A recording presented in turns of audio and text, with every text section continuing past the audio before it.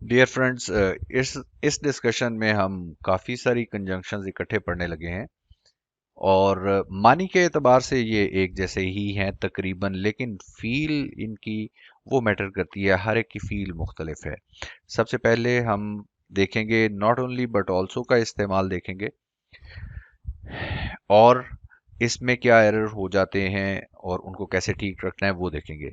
Then हम आखिर में जाके ये डिस्कस करेंगे कि यही काम जब एंड करता है तो क्या सूरत हाल होती है, क्या मानी और क्या फील होते हैं, एज वेल एज यही काम करता है नॉट ओनली बट ऑल्सो का, तो एज वेल एज की सूरत में क्या मानी और क्या फील होते हैं, और बोथ और एंड अगर इसके साथ चीजों को ऐड किया जाए तो उसके मानी और फील क्या होते हैं।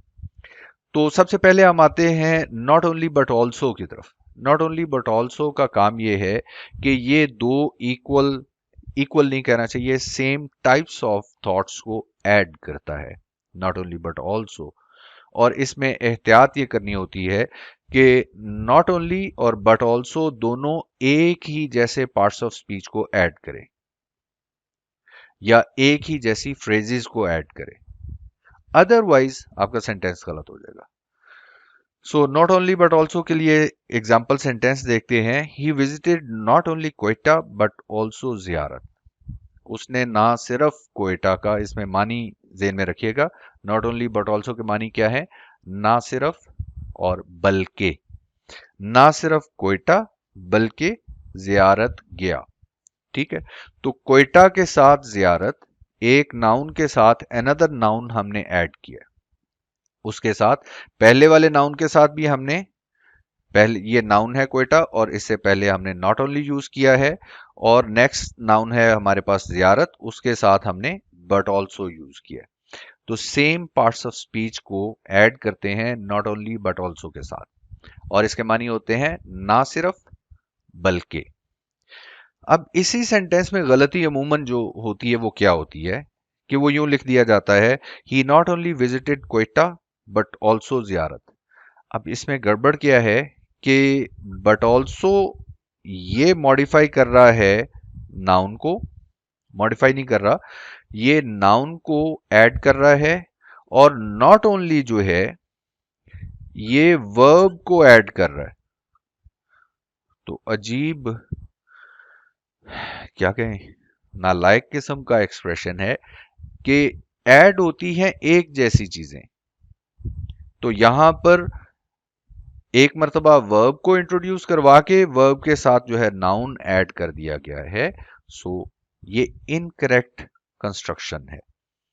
हमेशा सेम पार्ट्स ऑफ स्पीच या सेम फ्रेजेस को ऐड करें नॉट ओनली बट ऑल्सो के साथ। अब हम इसी सेंटेंस को दोबारा देखते हैं और इस पर अब सवाल ये पैदा होता है कि इसमें कॉमा इस्तेमाल किया जा सकता है या नहीं किया जा सकता। तो कॉमा का इस्तेमाल इसके अंदर ऑप्शनल है। अगर आप इस सेंटेंस को ऐसे ही लिख देते हैं, he visited not only Quetta but also जियारत, तो ये करेक्ट है। लेकिन आप इसी सेंटेंस को बट ऑल्सो से पहले कॉमा देके भी लिख सकते हैं। Then what is the difference?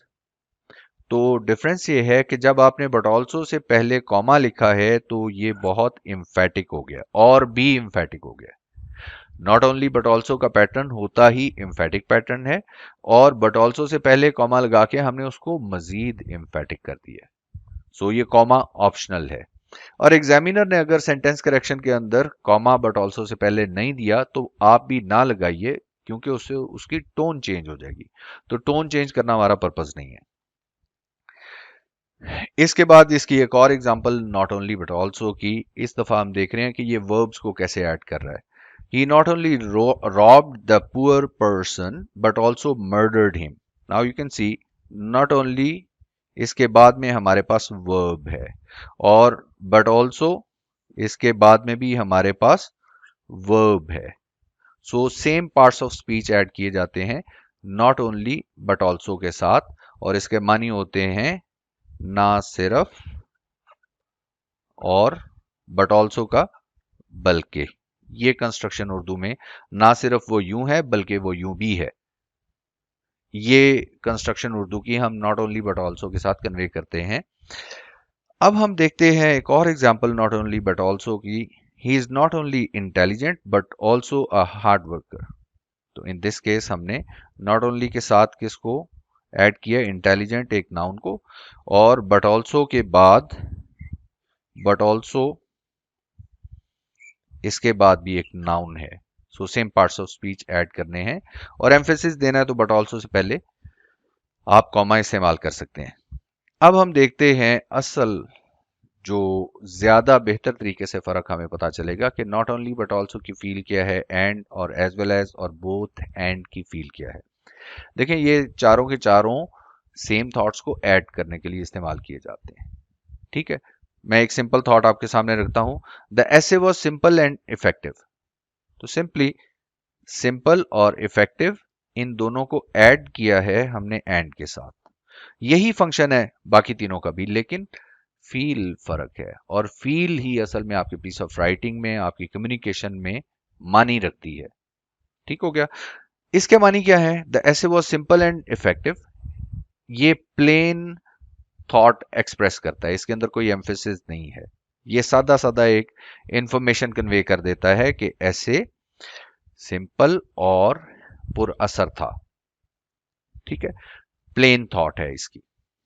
अब हम देखते हैं एज वेल एज के साथ, the essay was simple as well as effective. अब इसके अंदर एक इफेक्टिवनेस पैदा होगी है, और इसकी डिफरेंट फील है।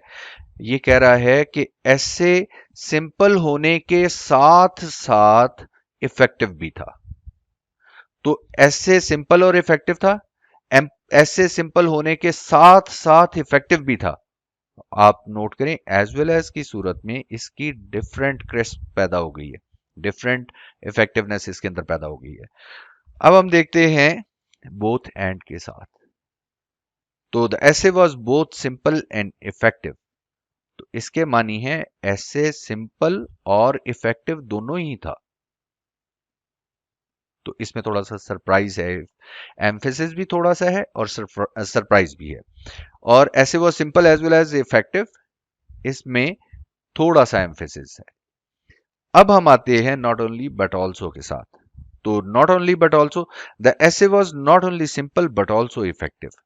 अब ये बहुत ज्यादा इम्फेटिक पैटर्न है कि ऐसे ना सिर्फ सिंपल था बल्कि इफेक्टिव भी था। So this is what the feel of not only but also, and plain feel को कन्वे करता है, एज वेल एज साथ ही साथ, या इसका तर्जुमा एक और तरह से भी हो सकता है कि ऐसे सिंपल भी था और इफेक्टिव भी था, और बोथ ये दोनों ही इसकी सेंस कन्वे करता है, और नॉट ओनली बट ऑल्सो बहुत हाई एम्फेसिस को एक्सप्रेस करता है। See you in the next video.